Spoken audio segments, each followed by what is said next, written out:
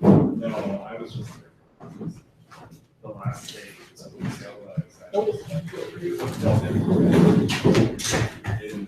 they couldn't move anymore. Like everything was built. So I had to get something cheap. It was a sumo that's like permanent. Really one. Yeah, so I was talking to the Tories for so I stayed in a large hotel in the edge of town. The biggest room I've ever got in Japan. And I had the biggest bathroom. You could fit like 5 people in there, no problem. And then a special room. I walked down the street to the hotel, and there were a couple other hotels on the way. You know what the names are? Waiting Bells and all this other stuff. None of them were very explicit about the tree purpose. Yeah. If you guys want to grab some food, feel free. You guys want pitas and olives and peppers and water. Oh, where did Craig go?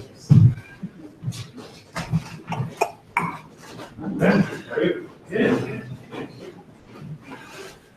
Ready for 2017? Yeah. This year will be different. Yeah.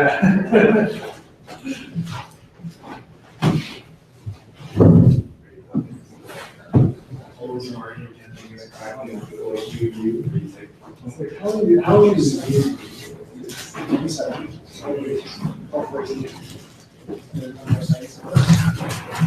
Craig, I'm just going to send you another link. Because I know you don't have I think I sent you an invite, but I'm not really sure how that works. So I'm just going to.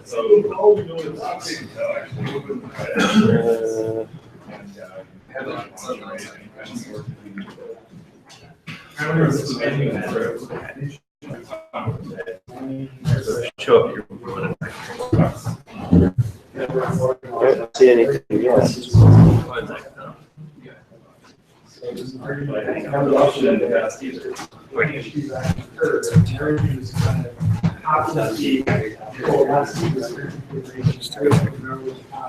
literally just said so. It's the intro. It should just happen. All right. So I'll just use this to grab your screen, basically. It's for a face. Sure, I've totally read this. No. So it's already live. So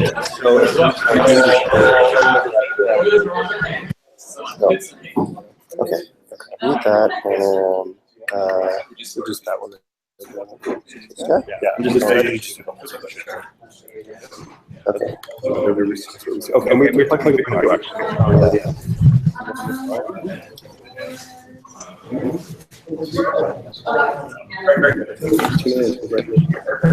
So this might mess that up actually.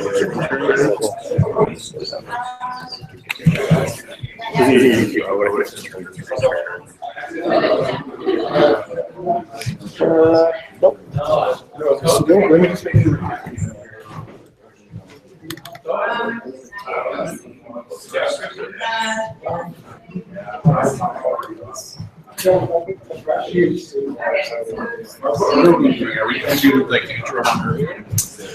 Yeah, so we're going to just be like, I think we'll just do Greg's to get it done. Okay. And then we'll and then we'll the online. This will be pretty cool.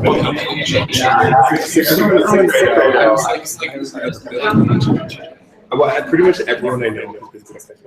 I can't have it. Well, it's not like that. It's like a little it's just So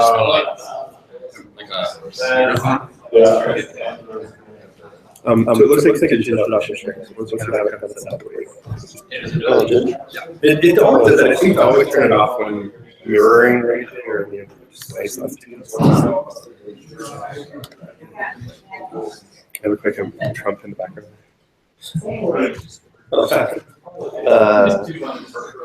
don't know why this isn't. If there maybe is this on the wrong input? I don't know. It says I'm moving to displays, so it should. Optimize for Epson PJ. Let me try.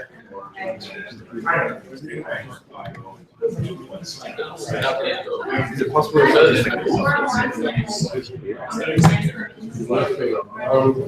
use it. Is this actually going anywhere? Here we go. Because it's not HDMI.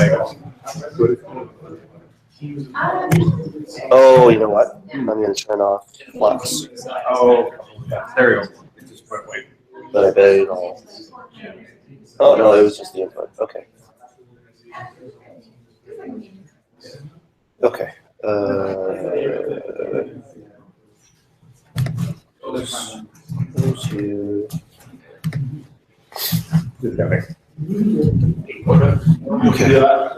think we're pretty close to our speed.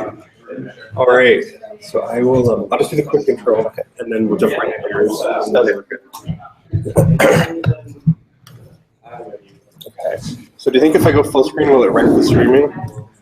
Let's see. All right. Oh, it's fun. Yeah, But if I pulled it up. Here we go, right? Well, okay, let's go. It's not even showing your video though for some reason. Or is it full screen? I think it's like, yeah. Oh, like that.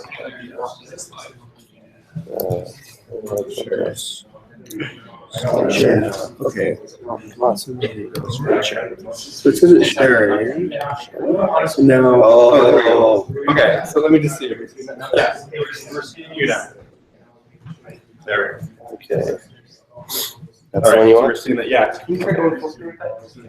Yeah. Okay. Okay. And.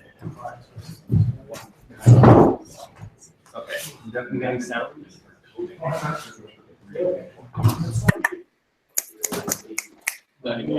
Yeah, let's see. I can't remember which one. If it's flashing is muted or unflashing. Yeah, there we go. All right, I'll have to edit this part of the video. All right, everybody, we're gonna get started here. So if you haven't had a chance yet, there's pita over there, washrooms and things like that are in the kitchen. Otherwise, grab a seat and we'll start tonight up. So for those of you who don't know, you are at Exchange.js, which is Edmonton's JavaScript meetup. So welcome. We're going to be talking a lot of JavaScript tonight. So thanks for coming out. I know there's lots of colds and cold weather and snow out there right now, so it's good to see a good turnout. So because we're starting a new year, I know everyone has New Year's resolutions and things like that. We like to have a really quick intro just to get everyone familiar with who's here and what we're doing. So for this year, I thought we'd talk about what we're going to make in 2017. We could talk about what we want to learn and stuff like that, but I thought it would be kind of neat to focus on actually what we want to build. So I'll start it off. My name is Mark Bennett.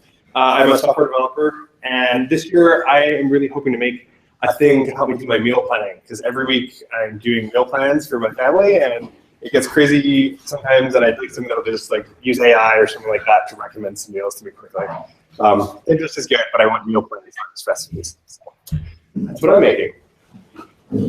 I tested, and what we're making this year, actually at UW down the road here, we're making a food to board. So detecting when the food polls come in, or the people are in there, show on the street, who's in the office, and everything. So we don't keep triggering the alarm on when there's people still stuck in the corners. I'm Ben. This year, I hoping to make something to do with Alexa apps or possibly Google Assistant apps if they ever say yeah. Yeah. Cool. I'm doing good. I'm just looking at like just like Great. Okay. I want to go along the back and we'll start from that side. I'm Daniel. I'm going to make some websites. For right place? good. And I'm just working at math games. So. Great, that's good. I'm Sean, and I want to make a woodshed. A woodshed. Cool. You're gonna use some after. My name's Ben, and this year we're gonna start around some home automation stuff. Oh, cool. Yes. I'm Christian. I'm going to make my business profitable. That's a good one. That's good. Great. Okay. Millie, maybe you're there. I'm Amelia. So my first goal of the year is finish a book. Beyond that, I don't know. That's a good one. Keep going across that. My name is Josh, and I'll be learning Elven with my dad. Oh, cool. I'm Yuan, and 2017. That's around the week time. Great. Cool. My name's Zach, and I hope to make Interact. Great. Okay. I'm Ryan. I guess for personal things I want to make, one is like a peer-to-peer password manager thing. So, yeah. Interesting. So like no server kind of. No server, yeah. Cool. My name is Greg. I didn't have anything to make. Maybe I'll make the full lunch. I'm a little worried about that. Nice. Chris, fewer bucks. That's a good call. Great. Okay. Alex, I'm currently making a full TypeScript app. It's Reddit. Great. Cool. Nice. My name's Abram, and I can make a ported speaker box that basically produces between 60 and 90 hertz, such that I can jam didgeridoo on that and make it a MIDI controller. Cool. That's awesome. Nice. My name is Bennett, and I want to learn JavaScript to show data and to analyze data. Great. Cool. My name is Dan, and I am planning to finish a project that I've been working on for a year, and that's kind of my plan for 2017. Great. Cool. That sounds like a lot of interesting things out there. So maybe we'll have to follow up on some of those later this year. So thanks to everybody for coming out. I'm going to try to keep this pretty quick. I did have one important thing to update everyone. It sounds like our Elm speaker is not going to be able to make it tonight. He's been taken out by this flu, which I know is disappointing to a couple of you guys, myself included, because I was really looking forward to that talk. But he promised to reschedule, so we will have it again. I just don't know when exactly yet. So I'm going to follow up with him if he's feeling a little bit better. And we'll get it planned. But I'm sorry about the last minute change in plans there. Just so everyone knows, we do have free Wi-Fi here. It's written up on the board here, and the slides are supposed to be updated. Let me reload here. Yeah, there we go. And the correct password is Mercer 2016 with capital M. So if you need Wi-Fi, there you go. Reminder. They're going to. I know it's going to be 2017 now, isn't it? The next meetup is February 2nd, so earlier in the month again. We have a couple things on deck for that. I'll pull that during the talks here just to remind everyone, but I know we have a talk on TypeScript and getting started with TypeScript projects. So if that's something you're looking at, that would be a worthwhile one to check out. And we also have a talk, I think, on HTTP that Ryan's going to be doing, just kind of getting people started with that for new developers. In news, a couple things. There were some interesting releases this month. Node had another stable release of 7.4. So they finally have support for most of the newer kind of async await syntax, some of the other cool stuff that's come up to JavaScript lately. And also they've improved the debugging experience if you're using the Chrome developer tools with it, which is another nice thing to be able to use if you're using Node and trying to see what's going on. So definitely worth checking that out. I don't think there was any big security changes. There was a few things with how debugging the promises worked that's supposed to give you better stack traces and things like that too. So if you had to fight with promises on Node, which can be a big pain, it's definitely worth the upgrade as well. Another interesting thing that came out was Rx.js version 5. So this is their first big upgrade in a little while. It's meant to track closely with the developing observable spec. It includes a bunch of things that make it a lot easier to debug. One of the big things, if you've used Rx at all, you have these crazy big like stack traces where you have your code down here and like 30 layers of the framework above it trying to get there. So that's been fixed, and now you have like maybe 1 or 2 layers in most cases, and it's a lot easier to kind of see what's going on when you're debugging. They've also changed a couple of things just to make it a lot faster than before. So if you're using that, there are some breaking changes, but it's worth looking at upgrading. And hand in hand with that, I'm actually going to skip TypeScript for 1 second here. Angular had a big upgrade to version 2.4, and the big reason they did that is to support some of the newer stuff in ArcsJS 5, because they use ArcsJS on the back end for much of their stuff. So I don't know how much the Angular API itself has changed, but I do know they had to do some work there to support ArcsJS 5. Other things, TypeScript had a fairly big release this month as well. They support now the async await syntax, so you can do that with your TypeScript code, and I think it goes all the way down to ES5, maybe even ES3. I remember they were pretty ambitious with how they were compiling it backwards. So that was nice. There's a couple other things too, like the spread operator has come to TypeScript and a few other things like that. So there's some other things. There's like mapped types, which honestly, I don't use TypeScript enough to totally understand what they were doing there, but apparently if you're a TypeScript developer, it's a big deal. So check out TypeScript 2.1. And also Chrome 55 had some interesting things in there as well. It seems like everything is getting support for async await, and so Chrome has that and stable now, so you can use async await functions. They also have a couple changes around Flash, and basically, unless you're one of the top 10 sites, they're not going to let you use Flash at all. You have to go and click on it to enable it now by default, and so unless you're on this waitlist, you don't get around that. And I think they're even going so far as like rewriting Flash to use HTML5 if they know how to do that. So like if you embed YouTube and it's using Flash, it'll actually rewrite your code to use the HTML5 version instead. So there's some interesting things they're doing. They're basically like the messages, if you're still using Flash, stop now. And I know in the next year they're planning on completely dropping support for it. So we're going to get on that. We have our GitHub chat channel. I just keep mentioning this every month just because I think it's important. We use it a lot during the hackups, and in between too, it's a nice way to just kind of share information and chat in real time. Anyway, the link is on our website. We're always looking for more sponsors. We kind of have a budget and ambitions to scale with our sponsors. So we've been very lucky that Jobber has stepped in and really done a great job of supporting us, and I'll talk about that in a second. But yeah, we always have other things that we want to do. So if you're interested in sponsoring, it doesn't have to be financial too. Speaking, things like that is a great way to support Meetup, as well as other options too. So if you're interested in helping out and you don't have the financial means, definitely get in touch and we can come up with other ways to help too. Extra credit, there wasn't too much this month. It seemed like it was a little slower, just maybe with the holidays. A lot of kind of year-end recaps and stuff we'd already covered. I wanted to mention one app that I've been using a little bit here is called Hyper. And it's basically, they use Electron and a couple other things to make a fully JavaScript native app for your terminal. So it's actually, I've been using iTerm for a long time, and it's the first kind of terminal app that has started to replace that for me.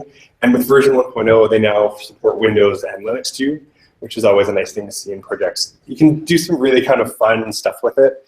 And it's especially good for demos and things like that, because you have a lot of control over how your terminal looks and things. If you know JavaScript and HTML and CSS, you can change it to your liking. The other thing too is Angular is taking on semantic versioning now, and so what that means is that we're going to skip version 3, basically, and go straight to 4. So the next version of Angular that comes out is not going to be 3 as you might expect. It's going to be 4.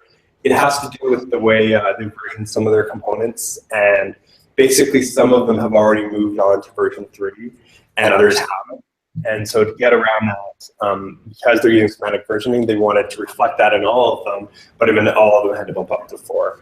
So they basically just said, from now on, don't talk about Angular like a version, just talk about Angular, sort of how we talk about all Chrome and other products like that. So, let's see. Anyway, there's a blog post there if you want to read it. And other news, I don't think React had any big releases this month. Was there anything Ember-wise? I didn't see any big Ember releases either, but. Product was Stash release. What was? Product was Stash. Oh, what is that? And hand controllers. Oh, I heard those are pretty cool, actually. Those are like the VR controllers, right? Okay, cool. Do you guys have those over at Jobber? We buy. Yeah. Oh, nice. I might have to check that out sometime. Okay, any other big releases that happened over the last month, or other news that people want to share? All right. So moving on, I'll just quickly go through this. We've got a couple events we just wanted to highlight. Python user group coming up January 9th. we have the Exchange.js Hackathon Night on January 8th. So definitely come out. We're going to try to have some kind of program or challenge together for that, but it's not organized yet. So if you have ideas for what you'd like to do for a challenge night, let us know. Other meetups coming up, the data science meetup, actually that would be a good one if you're interested in doing some of that visualization work and things like that too to check out. And also our next meetup then on February 2nd. Other events or conferences, anything that people want to share? Demo camp. The demo camp dates anyway. Yeah. Okay, let me just check.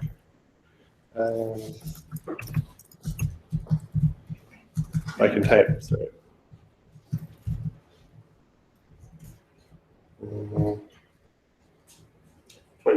24th? Okay, so January 24th. I'll update the note with that too. Thanks, man.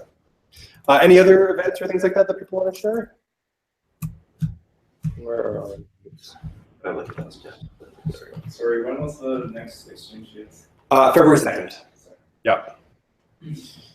Yeah, I almost missed that one. I'm going away on the 4th, so for like a week and a half. So I just made that one. Oh, is it really? Okay.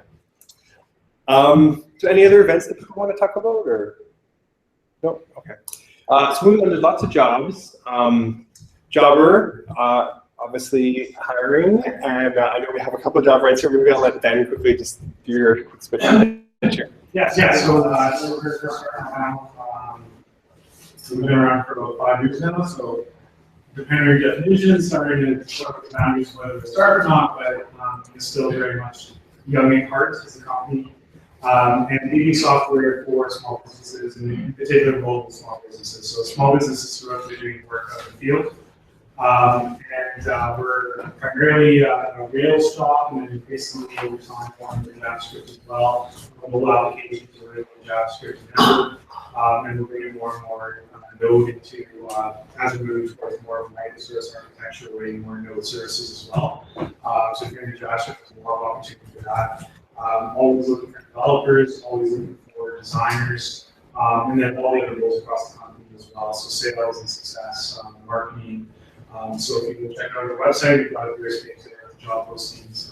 So where you can talk to, come to me, where actually, I don't know if there's any other job rights. Yeah, there's another training right now. So talk to me, or someone starts on Monday. Okay, great. And if you guys miss Ben, you can always get in touch with me or the Twitter account, and I'll get in touch with them. Up next, we have Granified. They are hiring a lot of data science people and things like that, but they're also looking for software systems engineers and front-end developers. Basically, is anyone from Granified here tonight? So the elevator pitch that I got from their website is that they can figure out which shoppers aren't going to buy and help you change their minds. And that's basically what they do in terms of providing the data science to do that. So they need a lot of front end because they have to integrate their code onto a customer's website, and there's always kind of a conflict there because it's JavaScript and real namespaces. Yeah. So a lot of stuff is basically dealing with the onslaught of customers that they deal with. Right. Okay. Sure. And they do a lot of stuff at scale now. I know what these do. So. All right. Well, maybe next time we can get someone from Granified here to answer some more specific questions. Shobi is looking for developers as well. And again, they're mostly focused on front-end developers as well as the UX designers and iOS developers right now. And Shobi makes basically software for teachers to be used in the classroom with their classes. So the kids would actually be interfacing with it too to do assignments and things like that. They use Ember as well. Oh, and they use Ember. I didn't know that. Oh, cool. I'll have to add that to my notes. All right. Clio, maybe Sean, can you quickly just describe what Clio is? I know that you're like not going to be at Clio as of Monday. But.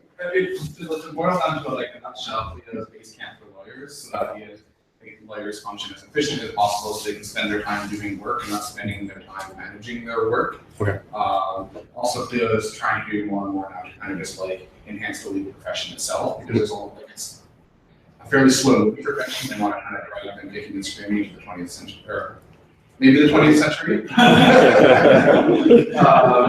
Yeah.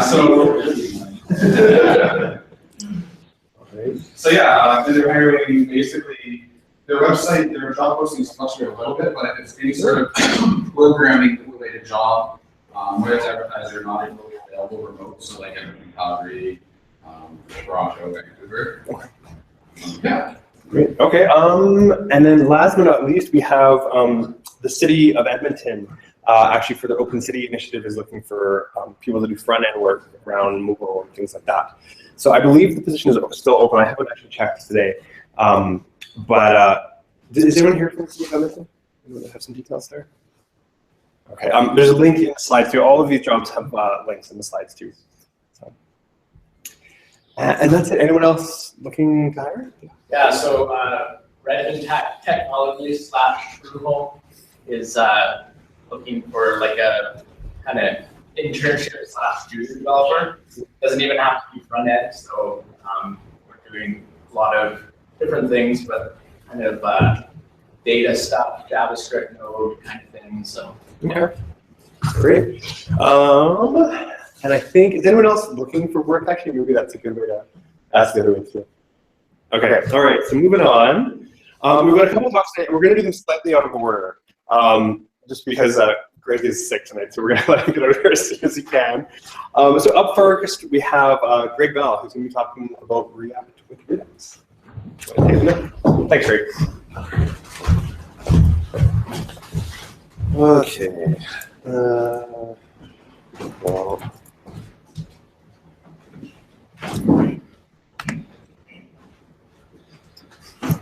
Okay, so this is part 3 in our ongoing React series. Last time Christian showed us how to start up a React app using, what is it, Create React app, very clear. So this is moving on from that and into the rest of the stuff that you need to really make a functioning, scalable website, because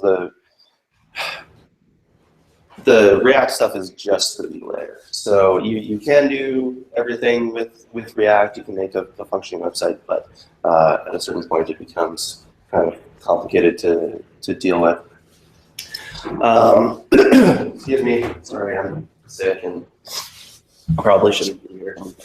Okay, so this is part of a React component, and I'm just showing this because it shows a little bit of how it handles state. And React is just this big function that takes state in and produces HTML.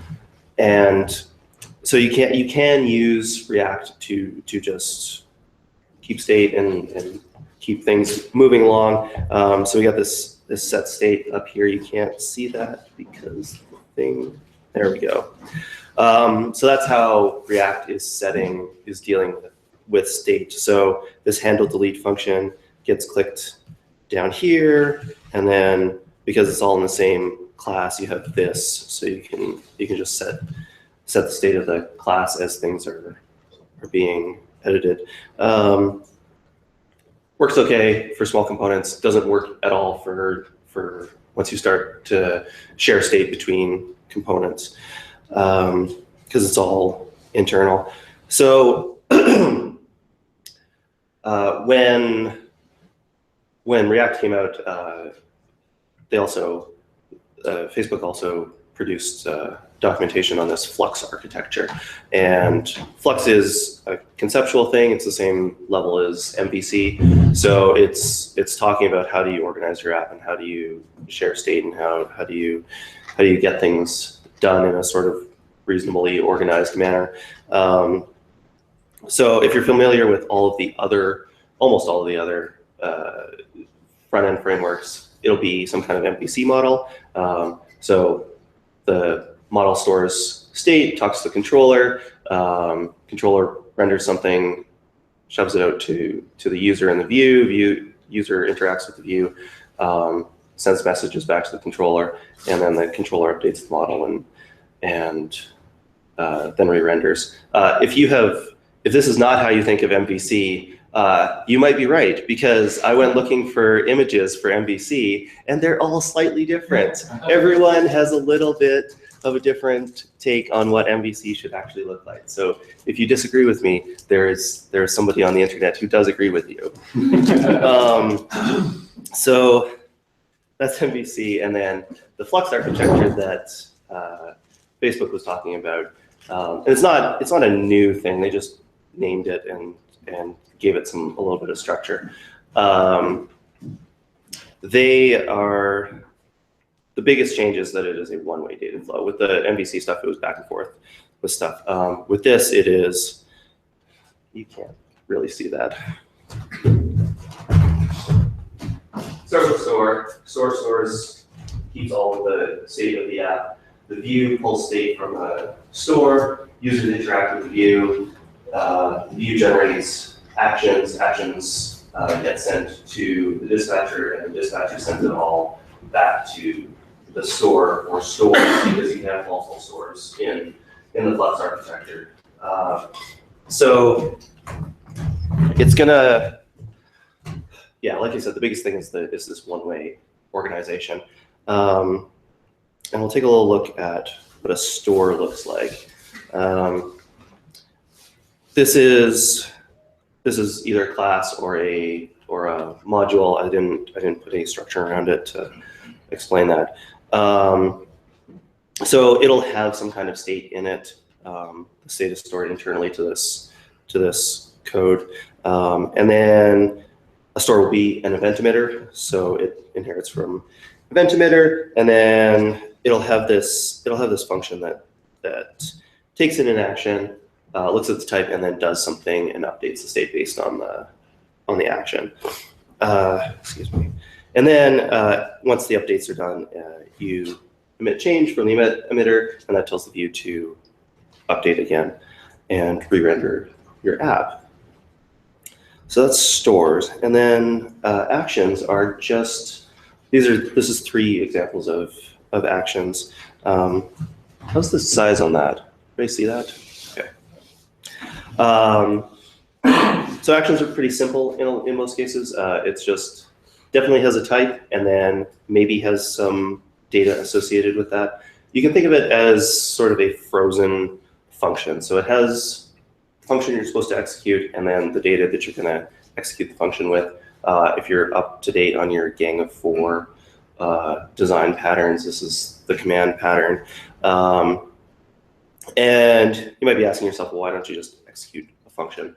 And the main technical reason is that you can't, because you're dispatching to multiple places and multiple stores might want to respond to this action, you can't just really do a function call, or you probably could one way or another. So this makes this easier. So it's the stores that are responding to the action type. Yeah. So that is the state of Flux as of like early 2015. And then Dan Abramoff comes out with this talk at React Europe in July and changes everything. Well, gets people really excited about this and changes a bunch of things. So his talk, which is totally worth watching if you're at all interested in React or what I'm talking about right now. I'm not going to demo this, but I'm just going to tease it, and you should really watch it. The two developer tools that he shows, hot reloading and time travel debugging. So hot reloading is taking code that is running in your browser, making a change in your dev environment, hitting save, and having that load into your browser. And I don't mean like the page refreshes and you have to start all over again. I mean, the live code changes and the state is the same and everything just keeps working, which is totally awesome.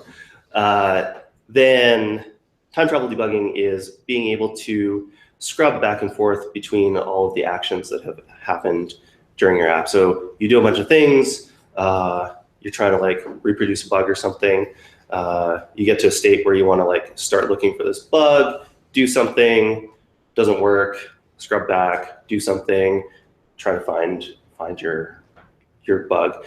And then with the hot reloading, you can change code to see if you fix the bug, reload it, scrub back, see if the bug happens again when you redo the actions.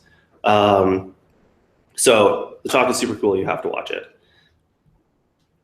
And then, so all of that was made possible by this Flux framework. Well, this variation on the Flux framework that he was developing, which is called Redux. And it's only a couple of little changes to Flux. And I'll just show you what's going on there. Nope. Yes.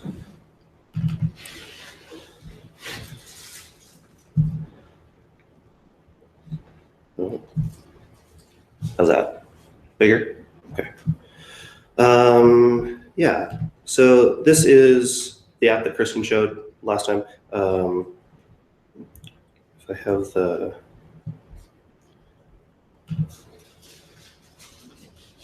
no. There it is. Yeah. So this is the app that Kristen showed last time. It's just making teams out of things and like being able to add players and edit names and stuff. So all I did with Christian's code was let it use Redux. And so this is the main component. There's not a ton of changes here. So the biggest change is the on-click handlers are all just a little simple function that's just, it's got this stored dispatch. They all look the same, and it's gonna execute these little action creators, which are just returning objects. And it seems kind of silly in this context, but once you start doing async actions, these action creators are really useful. So you got that, and then that's new. And then these two lifecycle methods, I don't know if that's highlighting very well, but component did mount, component will unmount, and this is where it is subscribing to the store, which has all of the state in it. And then when you subscribe to it, store updates, and then it forces React to reload or to re-render.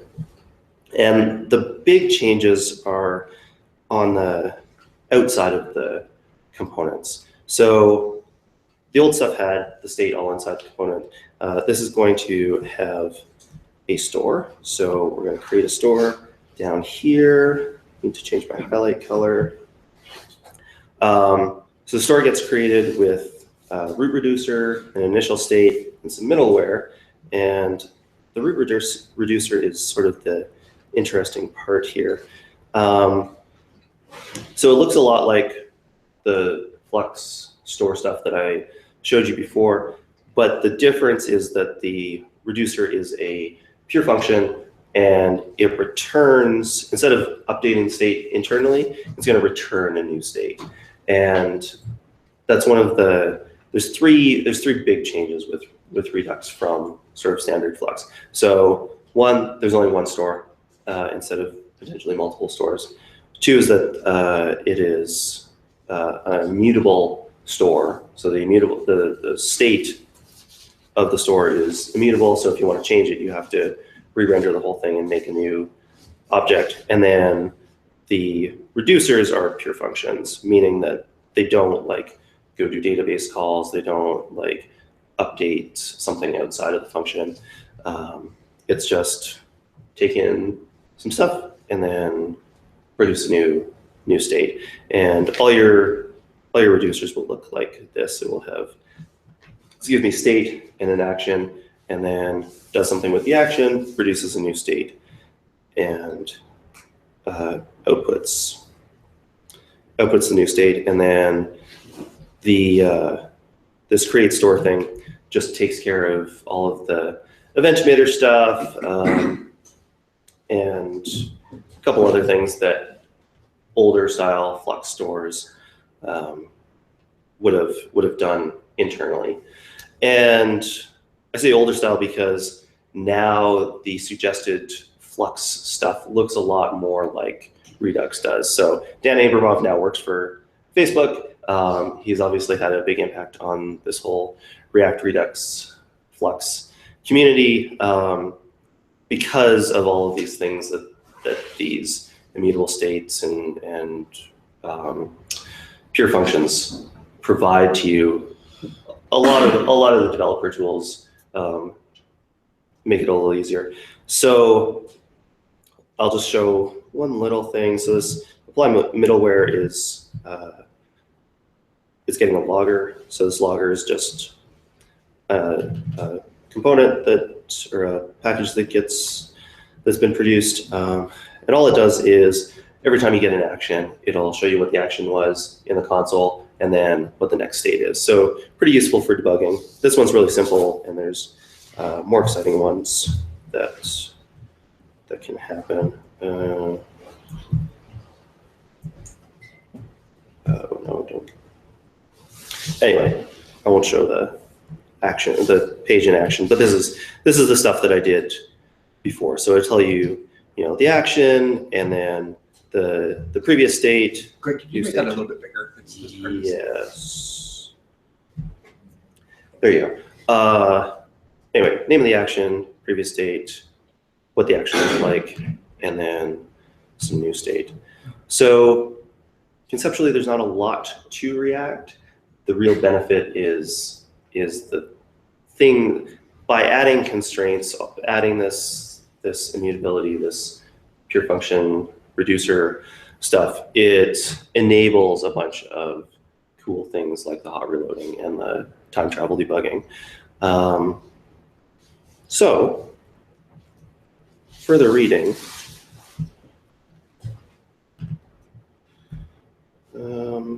So yeah, the two talks by Dan Abramov at React Europe, one last year, or 2015 and 2016, both really good. The Redux docs are fantastic. It's probably like the best documented library or framework or anything that I've looked at. Tons of code examples, tons of conceptual things to help you think through how your app should be organized and how you can use it to enable some interesting things. Plus working around the fact that JavaScript is not an immutable language.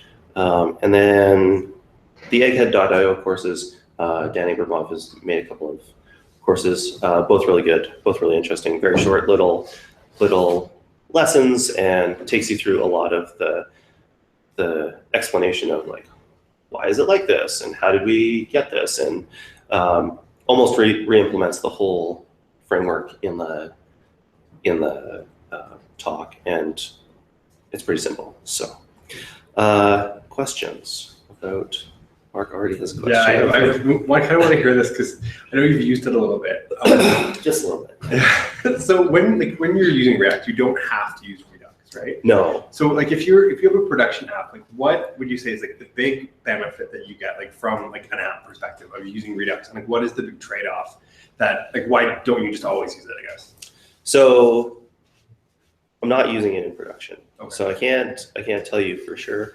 The idea is that you get all of these cool developer tools. Plus, it makes it these constraints make it a little easier to debug in theory, because you're not worried about mutability. You're not worried about these like sort of random state changes that might happen.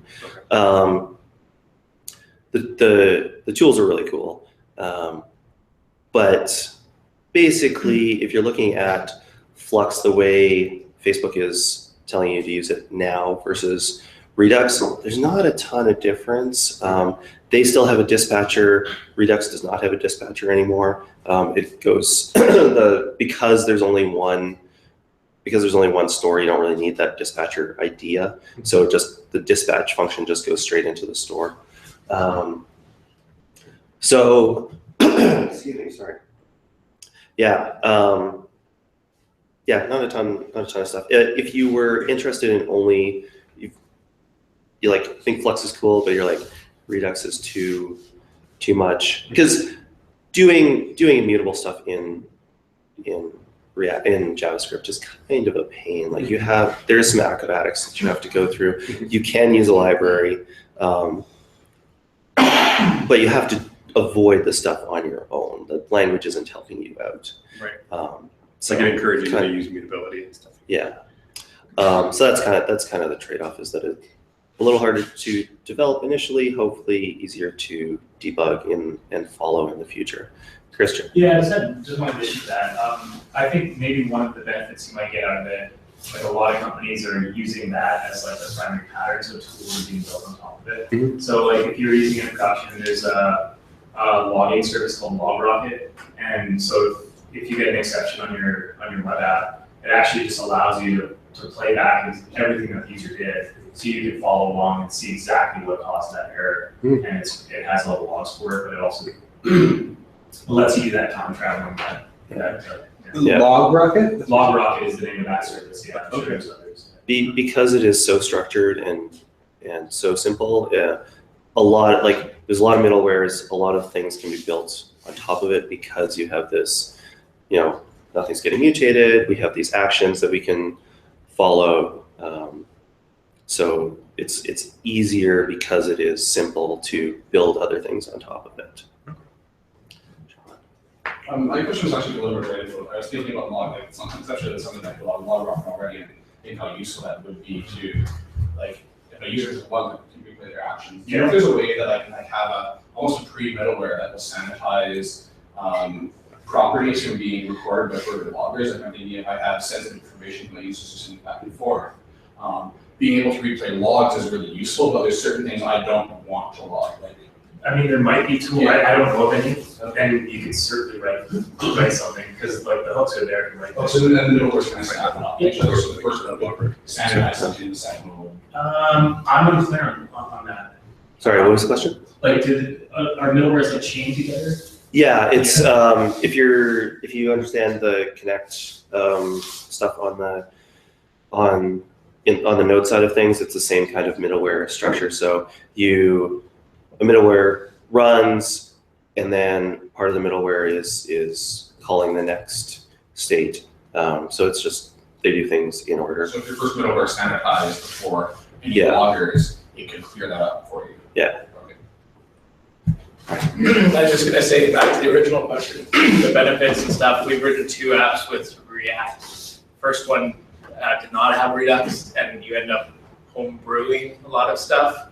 And so that ends up being a bit of a mess. So the second one we have used Redux, and it helps just clarify responsibilities and stuff a lot more. I know in the time, React itself has moved forward a lot in terms of what they're doing, but just again, just helps clarify what you do, whose responsibility things are. There are a ton of Flux libraries out there. Like when it initially came out, everybody was just like, "Oh man, I'm gonna make a Flux library," because it is really easy. Like it's not that hard, but then there's the intricacies. There's subtle things in there, so just let that. So I'm more interested about when you use Redux, what do you feel? You have to use the immutable object, you have to use the pure function. What do you feel? You have to relearn what you have learned before. You have to do something. It's basically the same as if we've been using Flux and React for a couple of years.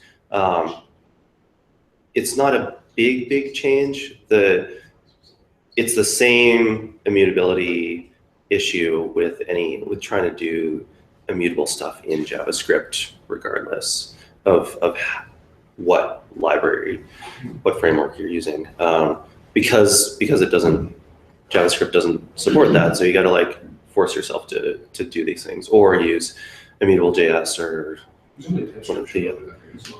Yeah. Does everyone here know what we're talking when we say immutable data strategy? Does everyone knows what that means? Good thing that I should have explained in my talk. Yeah. So immutable data is data that you can't mutate. That was terrible.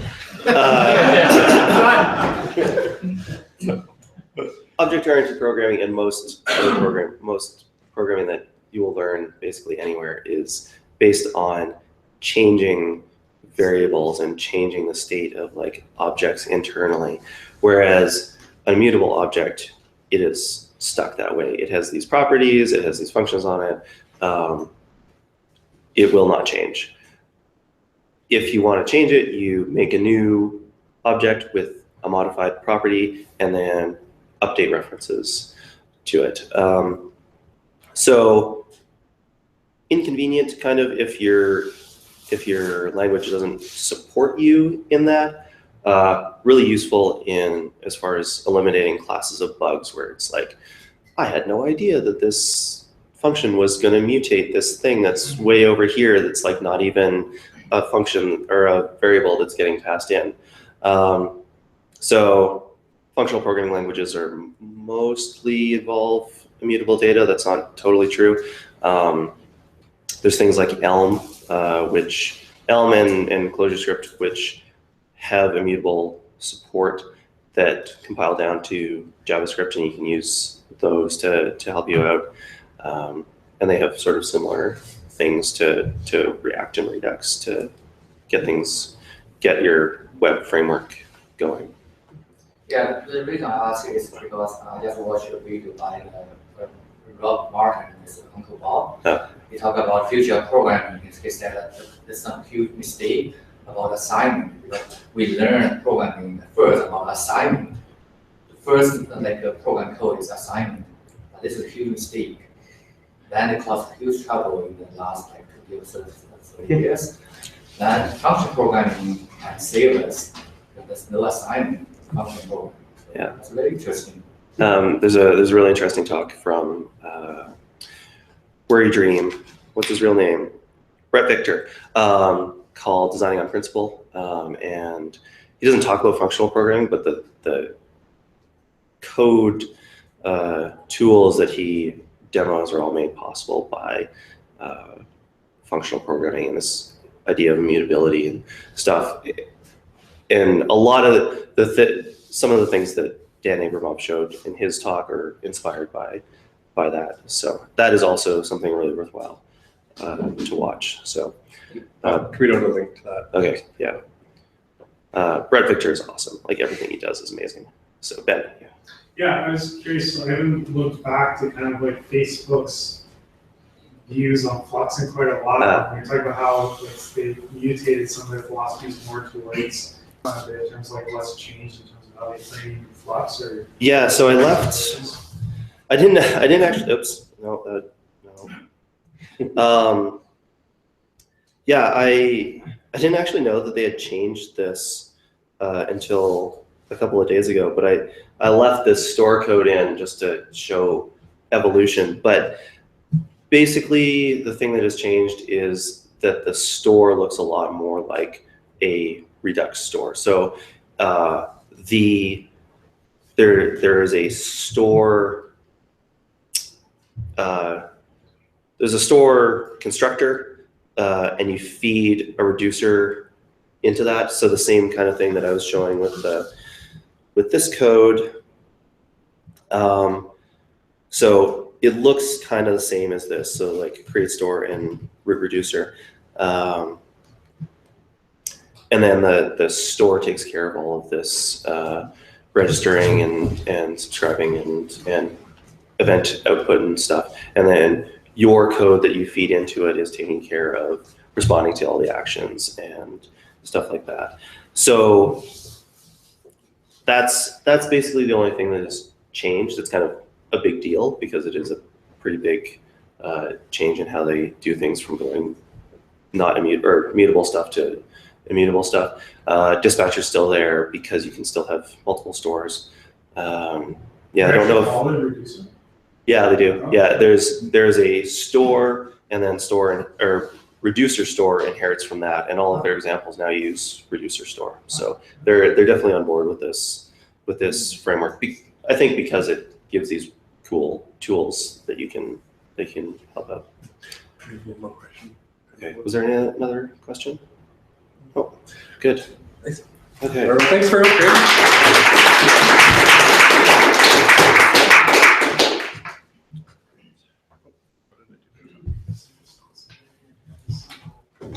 I probably don't want to put that audio on the internet. That was good. It was good. All right.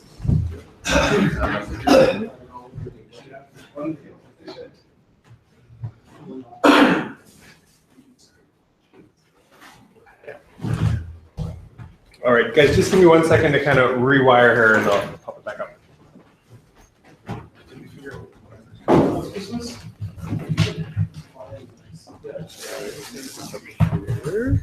Did we figure out what we're doing? Yeah. If you would, actually, yours can go into your. Yeah. Can you text or email to yourself? If you just go to There, actually, Sean Healy. GitHub.io. No, it's not. What is it? GitHub Pages.io? I think it's GitHub.io.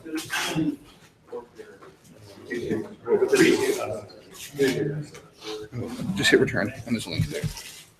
Sounding like it's going the right direction. Okay. It's broadcasting. So we just want to have like the video camera. Yeah, exactly. That's fine. Yeah. So I'm just going to share the whole screen. There we go. Minimize that. Plug the thing in. Oh, yeah.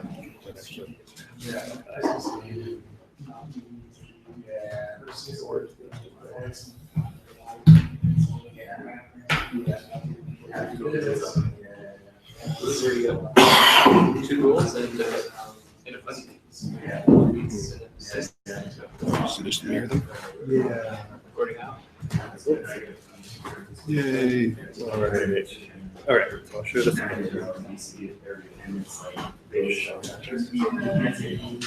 Minimize. Okay. And you can just zoom that. I'll need some other tabs anyways. Okay. Don't full screen. Full screen. Oh, I did it. Okay. Yeah. I'll go let you. Thought it's super introduction. Okay. My yeah. Yours. You want me to close the other tab? Maybe?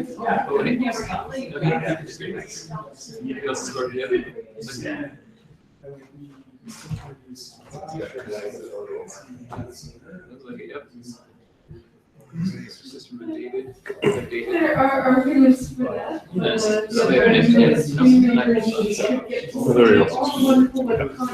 All right, guys. Sorry about the minor technical issues there. Just swapping laptops. So up next, we have Sean Healy, who's going to be talking to us today about the next part in our JavaScript basic series. So we try to make sure we're not just talking about that kind of near-to-near or more advanced stuff. We realize we have different audiences here. So today, Sean is going to walk you through the basics of working with functions. I also wanted to quickly mention, too, that for those of you interested in React, next month we have the next part of our React series where Christian back here will be talking about React Native. So yeah, if you're interested in React and building apps with it, you should definitely come check that out. All right, pass off to Sean. Hello.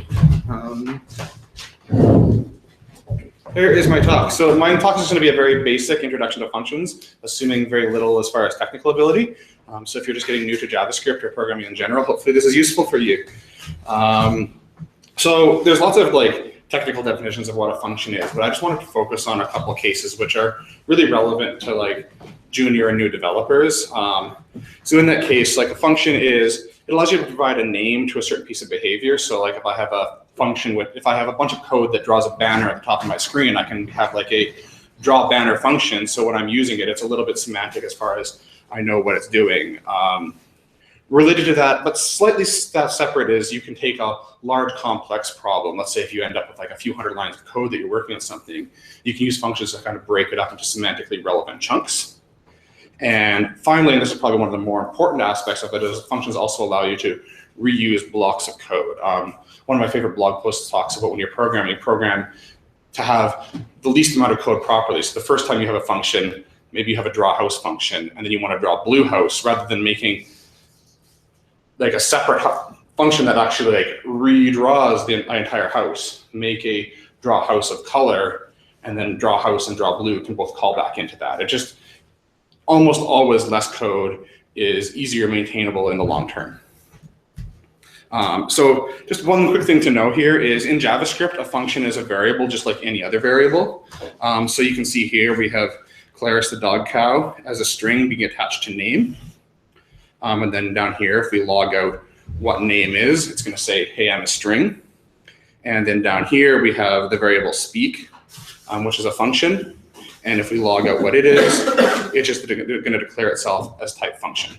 So there's nothing magical about functions. They're just like every other variable you might have in JavaScript.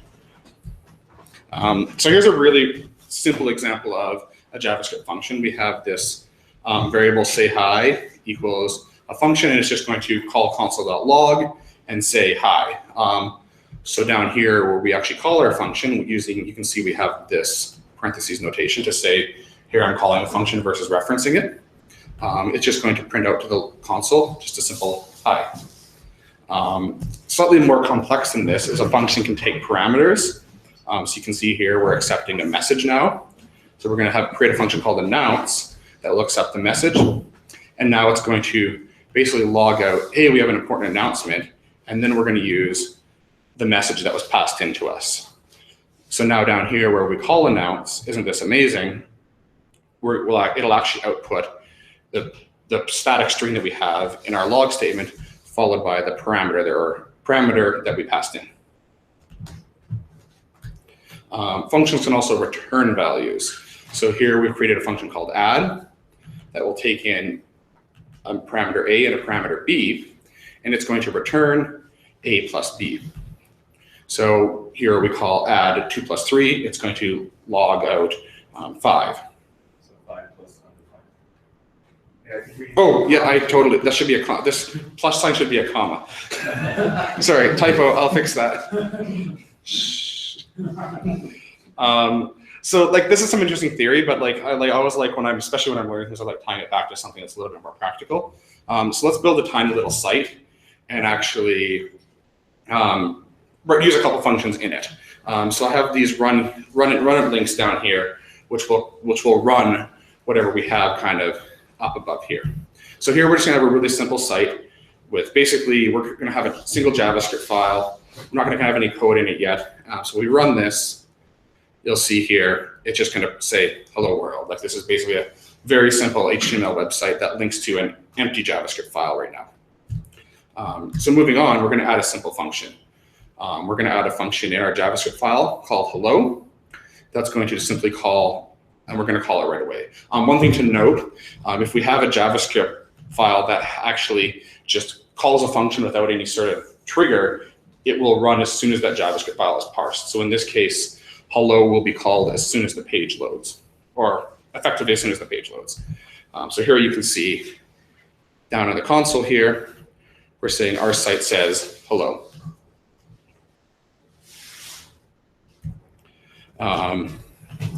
So that's kind of cool. Like we can trigger a little bit of behavior when our page loads. But probably what we want to do is we want to make our page a little bit more interactive. So now we're going to add a button. So to our HTML file here, we're going to add a button tag. And you can note here that we've referenced the button with an ID, my button. And the corresponding JavaScript now has gotten a little bit more complicated. I've kept the hello above here. And down here, this is basically what we're doing is we're getting a reference to the button by calling into the DOM here. So we're going to get an element by the ID of my button. And now we're going to create a click function, which is going to console.log our site says you click the button. And finally, now this is where it's important that functions are just variables. On my button, we're going to call add an event listener, listen for a click, and then pass it in the button click function that we created just above. So this is basically going to say, this is just treating the function as a variable right there. So if we go and run this, we're going to see the hello message that we've always seen. And then clicking button will log out our site says hello right down here. We can do that as many times as we want. Now this is all right, but as I mentioned before, usually less code is better. And you can note that we have this kind of like our site says hello, our site says you click the button. So now I'm going to show you kind of two different ways you could kind of abstract and dry this up a little bit. So one simple method would be to create an announce function, which will basically wrap console.log with kind of the prefix that we want. This is similar to what I showed you earlier on. So in this case, you can see here instead of calling console.log, we're just calling announce. And down here in button click, we're also just calling announce. So from a user's point of view, this is exactly the same. We're getting our site says hello. And when you click the button, it's like you click the button. But conceptually, as a programmer, we now have one place where this code is running instead of two, which is really nice. You're maintaining one piece of code instead of two. So if you end up with a bug, you don't have to be fixing it in 7 different places.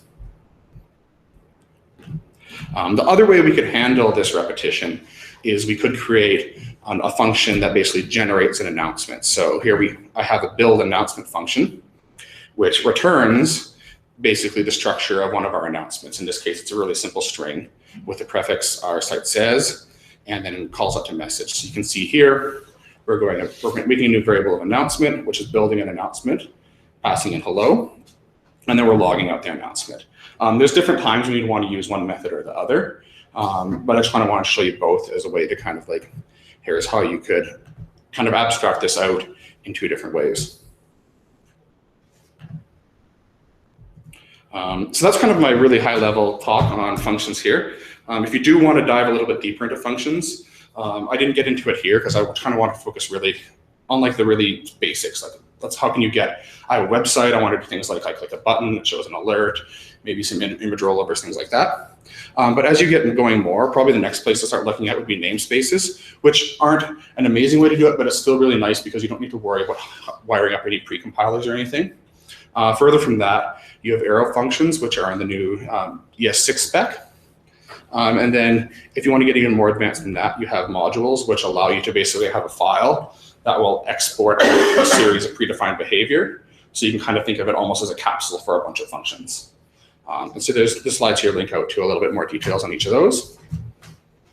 And that's basically the end. Little quick intro to functions. Anybody have any questions? Can you go back to page? I think that maybe you can like kind of side effect. The build announcement is a pure function. All other function has side effects. Yeah. Yeah. So like that's a really good point. So this here is a side effect where it's actually outputting to, in our case, the log. Like it's actually mutating something externally versus build announcement. You're passing it in a message. It's returning back a result basically. So it's like when you pass one thing in, you're always going to get the exact same thing back out.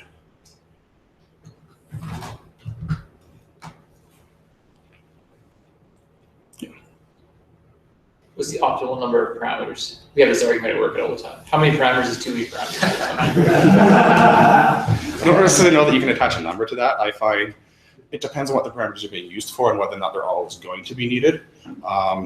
If you end up with, like sometimes you have a function which have a whole bunch of parameters, but they are all conceptually, they make a lot of sense. Like maybe, I'm trying to think of a great example off the top of my head and I'm failing at it. But let's say you had like add, and it's going to take 2 parameters or 3 parameters, and they're all useful, right?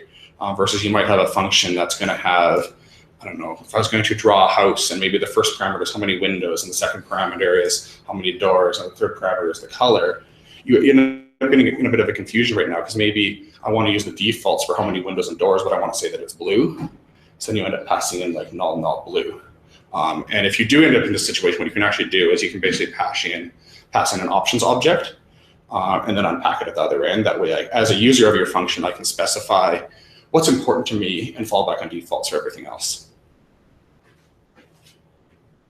What's an arrow function? Sorry?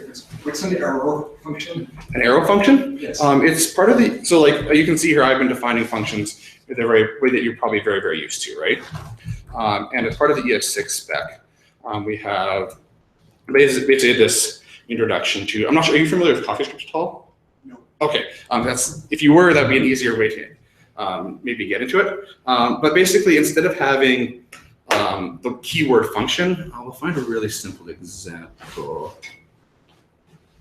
So here's a good example. So here they have a set interval, which is using function as you're used to.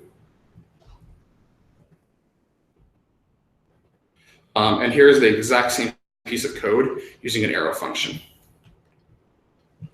So it's just it's a little bit of shorthand. This function doesn't take any parameters. And this is basically replacing the function keyword. There's a few nuances on this.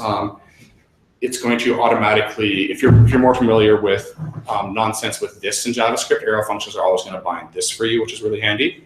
And they will also have implicit returns. Yeah, they also call number expressions. If you went to like Coffeescript site, you need to try Coffeescript. So basically, I feel for new JavaScript developer, don't like code with JavaScript.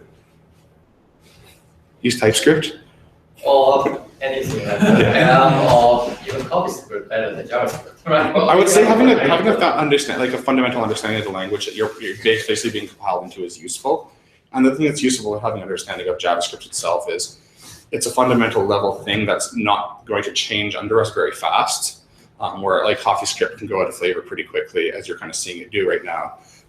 So rather than becoming a Coffeescript expert, definitely learn if Coffeescript or TypeScript or Elm or whatever is relevant for you. But having like having your fundamentals down is really, really important, because when like being an expert jQuery developer 3 years ago might have been really cool, but now you're basically a dinosaur, right? So learning the fundamentals there is really, really important, because if you had a really solid understanding of fundamentals in jQuery, even though you have things like Angular, React, and Ember, the core language fundamentals are going to carry over and be useful.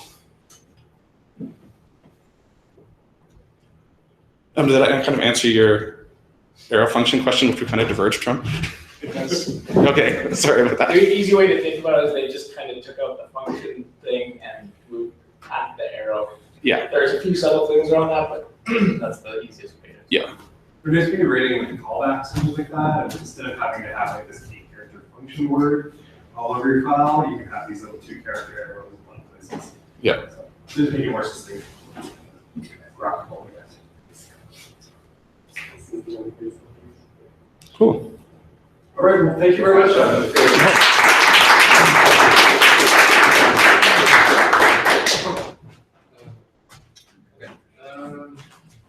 You know, like how like Firefox and Chrome, like how the structure is different. Like there's like I hear like mozzarella uses JavaScript as like to integrate websites, whereas like Chrome, like it's almost like more hierarchical in terms of like if you want to have like an extra number of tabs. Yeah. I don't know quite follow it. You mean as far as like the engine itself? Yeah. Okay, yeah. So I guess Chrome will isolate each tab from itself. Effectively, it's a separate process. As a developer, this isn't really relevant for me, but as a user, it's much more important that if one tab is behaving poorly, I can kill it and it won't affect the rest of my browser. Is that what you were? Did I misunderstand? Yeah, but like good. Well. Sean, are you going to drinks later? Yeah. Do you want to maybe take this to drinks and we can talk about Oh, it? yeah. So we're almost done for tonight. We have 2 options here. Like I said earlier, unfortunately, our Elm speaker is not able to make it. So I do have a couple talks that I found on the web that we could watch. They're both about 20 minutes, or we could call it a night and go have beers. So maybe quick show of hands. Who wants to watch a video? Okay, a couple people. Who wants to go for beers? Okay, more people. So we'll go for beers. I'll post the links to the videos. Yeah, that's what we'll do. So just 1 or 2 quick things to wrap up then.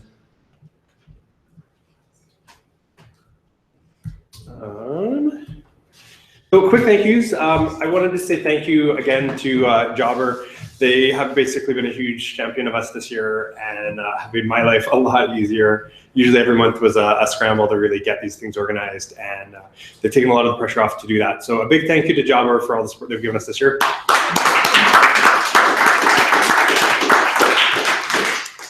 The same goes for Startup Edmonton. They have been big kind of supporters of this too, and giving us the space and the community and stuff that we need to make it successful. So also a thank you to Startup Edmonton. So to quickly wrap, next month, Meetup February 2nd, there's 3 talks. 1 is an introduction to TypeScript. 1 is using React Native. And the 3rd one is an introduction to HTTP for new developers. So there'll be 3 kind of interesting talks of varying degrees of advancement there. And that's it. So thanks again for coming, and we'll see you guys all downstairs at the Mercer.